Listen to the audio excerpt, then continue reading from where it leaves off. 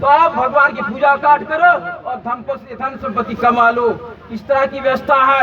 यानी हिंदू धर्म के तहत आप देखेंगे तो अगर हम भगवान मां धन के लिए क्या करते हैं, सुबह उठते हैं गणेश का और लक्ष्मी का पूजा करते हैं। मुझे दिन भर में धन चाहिए, संपत्ति चाहिए, इस तरह पूजा पाठ करते हैं। शाम को आते हैं और पूजा करते हैं। कैसे पूजा करते हैं कि मैं दिन भर में बेईमानी करके झूठ करके मैं कमाया हूं, उसको माफ कर दो, क्योंकि ब्राह्मण धर्म में प्रायश्चित करने से पाप खत्म हो जाते और माफ किया जाता है, इस तरह होता है। लेकिन गौड़ी धर्म में पाप होता है, गलत होता है, इसमें कोई भी छुट्टी नहीं है। अगर गलत किया है तो पंच के सामने रखा जाता है, उसके बाद भी हमारा आंगा देव मान्य करता है। पंच के सामने जब तक स्वीकार नहीं करेगा तब तक हमारा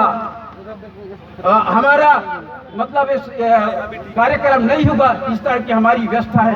आपको बता दो, आप लोग बार बार चिल्ला रहे थे कि हम संस्कृति बचाएंगे, ये बचाएंगे, और कह रहे थे कि हम देखो कौन आया, आदिवासी शेर आया।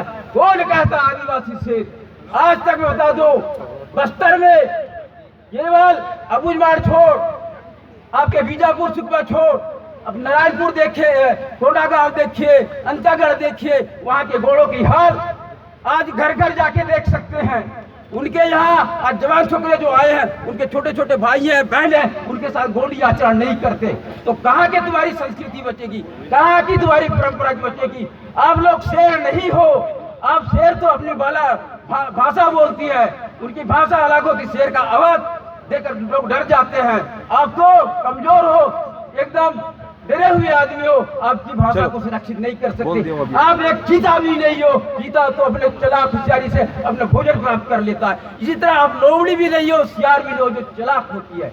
तो इस तरह तुम्हारे जो जितने संगठन है, चाहे आदिवासी हो, चाहे तुम्हारे गोंडवाना महासभा लोग, ये केवल न्याय करने जानते हैं। किसका लोट बेटी बिगड़ा या बेटा बिगड़ा, यही न्याय करते हैं। लेकिन आपके जो मूल भाषा को, संस्कृति को, भाषा को संरक्षण नहीं करते तो आपकी संस्कृति कहाँ से बचेगी? और संस्कृति नहीं बचेगी तो संविधान में जो आरक्षण मिला है आपको, नौकरी से लेकर राजनीतिक से लेकर 5वीं अनुसूची से लेकर, ये समाप्त होने के कगार में, क्योंकि आप समान हो जाएंगे। आप देख सकते हैं महाराष्ट्र की, जिन्होंने कोस्टा हलवा था, जो आदिवासी था, अपने कल्चर छोड़ा, वो पिछड़ा वर्ग में आया। आपका पेड़का जाति मध्य प्रदेश में 1978 में वो आदिवासी था, वो कबीरपंथी हो गया, अपना परंपरा भूल गया, तो क्या बोल गया?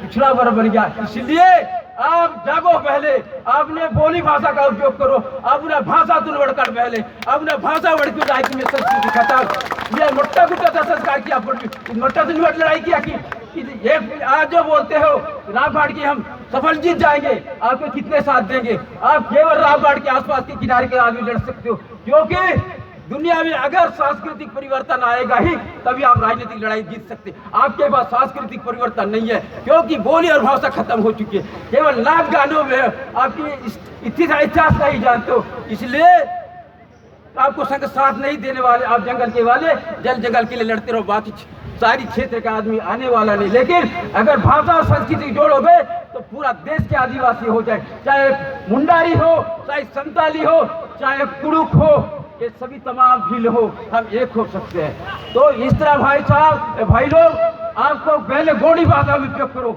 यहाँ भी बड़े बड़े बात बोलते हैं, गोंडी बचाओ, भाषा बचाओ। ये जितने भी नेता उनके घर के यहाँ खुद तो बोलते हैं, बच्चों के साथ नहीं बोलते। इस तरह के नेता है, तुमको कभी भी जोड़ने वाला नहीं। इसलिए शेर पैदा करो। हम संस्कृति और भाषा के लिए मरने के लिए तैयार हो। लेकिन आप इस तरह के आंदोलन में ना जो बात कर रहे हैं, तो लड़ेंगे तुम डरपोक, मैं मरने के लिए तैयार हूँ, खड़वार लेगड़ा होके भी।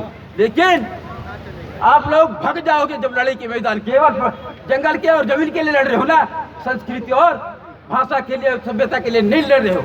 तो भाइयों, पहले संस्कृति का विकास होता है, उसके बाद सामाजिक, उसके बाद राजनीतिक विकास होता है। इतना कहकर मैं वाणी समाप्त कर, तो धन्यवाद। जय श्री राम।